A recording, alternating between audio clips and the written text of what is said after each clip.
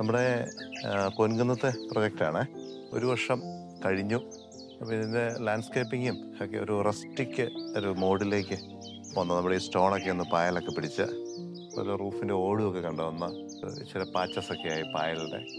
പിന്നെ പ്ലാന്റ്സ് ഒക്കെ ഇങ്ങനെ നല്ലപോലെ വളർന്ന് വന്നൊരു സ്റ്റേജിലൊന്ന് വെറുതെ ഇത് വീഴുന്നത് പാസ് ചെയ്തപ്പോൾ ഒന്ന് കയറിയതാണ്. നമ്മൾ സ്റ്റോൺ ചെയ്ത സമയത്ത് ഈ ഗ്രാസ് ഒരു ടിപ്പിക്കൽ ഈ ആർട്ടിഫിഷ്യൽ ഗ്രാസ് വെച്ച് കൊടുക്കുന്ന ഒരു രീതിയോട് തീരെ താല്പര്യമില്ല. അപ്പം ഇങ്ങനൊരു ഡിഫറെൻ്റ് പാറ്റേൺ ഒന്ന് ട്രൈ ചെയ്തതാണ്. പിന്നെ ഇതൊന്ന് കട്ട് ചെയ്യാതെ ഇങ്ങനെ ഇതുണ്ട്, ഇങ്ങനെ കേളിയായിട്ട് കിടക്കുമ്പം ശരിക്കും ആ ഗ്രാസിന് ആ ഒരു പാറ്റേൺ ഒരു നല്ല എഫക്റ്റ് വന്നിട്ടുണ്ട്.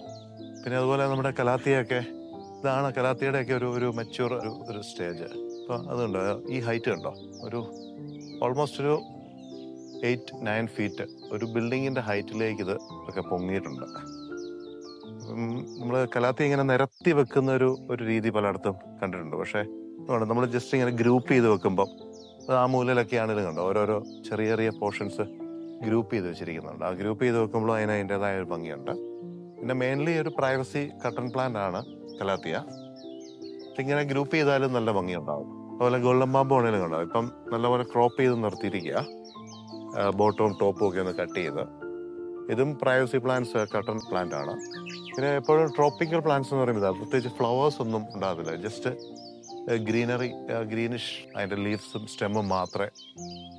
അതിൻ്റെ ഭംഗി തന്നെയാണ്, അതിൻ്റെ ഒരു റഗ്ഡ് മോഡ് തന്നെയാണ് അതിൻ്റെ ഒരു ഭംഗി.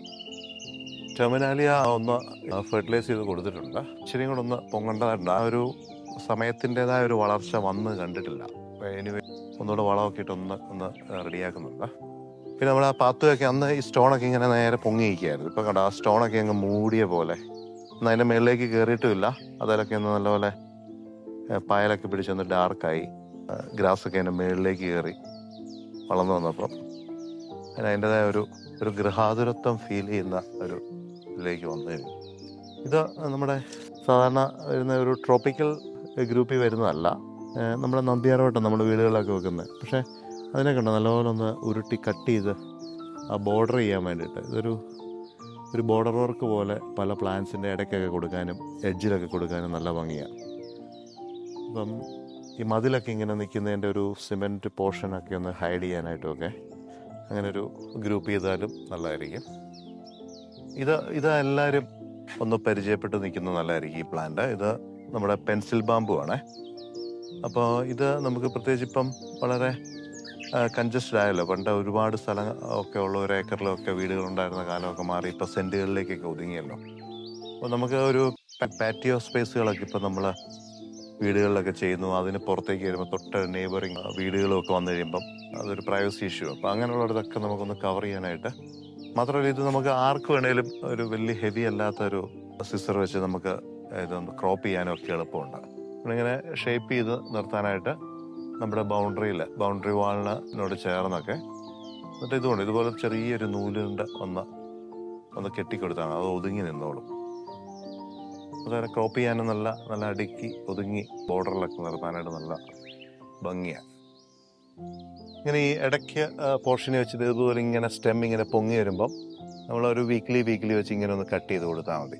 ഇവിടുന്ന് അപ്പോൾ പൊങ്ങി വരുന്നതനുസരിച്ച് അപ്പോൾ ഒത്തിരി അങ്ങ് വളർന്ന് പോവാതെ ഒന്ന് ക്രോപ്പ് ചെയ്ത് നിർത്തി കഴിഞ്ഞ് കഴിഞ്ഞാൽ പിന്നെ ഇതേപോലെ ഉണ്ട് സ്റ്റെം ഇടയ്ക്ക് പൊങ്ങി വരുന്നുണ്ടോ, ഇതേപോലെ ഈ പൊങ്ങി വരുന്ന സ്റ്റേജ് വെച്ച് ഇവിടുന്ന് ഇങ്ങനെ കട്ട് ചെയ്ത് നിർത്തിയാൽ അപ്പോൾ ഒരു വീക്ക്ലി വൺസ് ഒന്ന് ക്രോപ്പ് ചെയ്യേണ്ട ആവശ്യമുള്ളൂ. അപ്പം നമുക്ക് തന്നെ ഇത് ചെയ്തു പോകാം. നമുക്കൊരു ഗാർഡനിങ് ഒരു ഹോബി ആയിട്ടുള്ളവർക്ക് അതൊരു രസമായിരിക്കും. എന്നാൽ ട്രോപ്പിക്കൽ പ്ലാന്റ്സ് എന്ന് പറയുന്ന സംഭവം മെയിൻറ്റെയിൻ ചെയ്യാനായിട്ട് വളരെ ഇൻട്രസ്റ്റിംഗ് ആണ്, ഈസിയാണ്. ഒരിക്കലൊന്ന് പിടിച്ച് വന്നു കഴിഞ്ഞാൽ ഇപ്പോൾ NRIs ആയിട്ടുള്ളവർ ഇവിടെ ഇല്ലാത്ത ആളുകളൊക്കെ ആണെങ്കിൽ ഒന്ന് ഗ്രിപ്പ് ചെയ്ത് കിട്ടിക്കഴിഞ്ഞാൽ പിന്നെ മെയിൻ്റെനൻസ് കുഴപ്പമില്ല. നമ്മുടെ ഒരു ആവറേജ് നോക്കിക്കഴിഞ്ഞാൽ ഒരു 6 മാസത്തോളം നമുക്ക് മഴയുടെ കാലാവസ്ഥയാണല്ലോ. അപ്പോൾ അതൊക്കെ മതി, ഇത് കരിഞ്ഞു പോകാതൊക്കെ നിന്നോളും. ഇത് നമ്മുടെ മോൺസ്ട്രിയ വെറൈറ്റിയാണ്. ഇത് നമ്മുടെ ഒരു റെഡ് പെബിൾസ്, പോണ്ടിച്ചേരി പെബിൾസിൻ്റെയൊക്കെ ഇടയ്ക്ക് നിൽക്കുമ്പോൾ ഈ ഗ്രീനും ഇതും തമ്മിലുള്ളൊരു കോൺട്രാസ്റ്റ്, അതുപോലെ ഈ സ്റ്റോണും എല്ലാമായിട്ട് മെർജ് ചെയ്ത് ആ വ്യൂ കാണുമ്പോൾ അതിന് നല്ലൊരു ഭംഗിയാണ്. അതുപോലെ തന്നെ മോൺസ്ട്രിയയുടെ വെറൈറ്റിയാണ് അവിടെ നമ്മൾ നിർത്തിയിരിക്കുന്ന ബേവിൻ്റെയോടെയൊക്കെ താഴെയായിട്ട്. ഇത് പിന്നെ നമ്മളന്ന് കാറ്റ്സ് ക്ലോ അന്ന് തുടക്ക ഹൗസ് വാമിങ് ടൈമിൽ ജസ്റ്റ് ഒരു സീഡിങ് സ്റ്റേജിലായിരുന്നു. ഇപ്പോൾ അത് ഇച്ചിരി ഒന്ന് ഗ്രോ അപ്പ് ആയിട്ടുണ്ട്. ഇതിലേക്ക് കയറി ഇനിയിപ്പോൾ ഇതിങ്ങനെ ഒന്ന് അംബ്രല്ല ചെയ്ത് വരണം. പിന്നെ നല്ല സൺലൈറ്റ് ഉള്ള സമയത്ത് ഇച്ചിരി വേനലൊക്കെ വരുന്ന സമയത്താണ് നല്ല ഫുൾ കളറിൽ യെലോയിഷ് ഫ്ലവർ ഇതിന് വരും.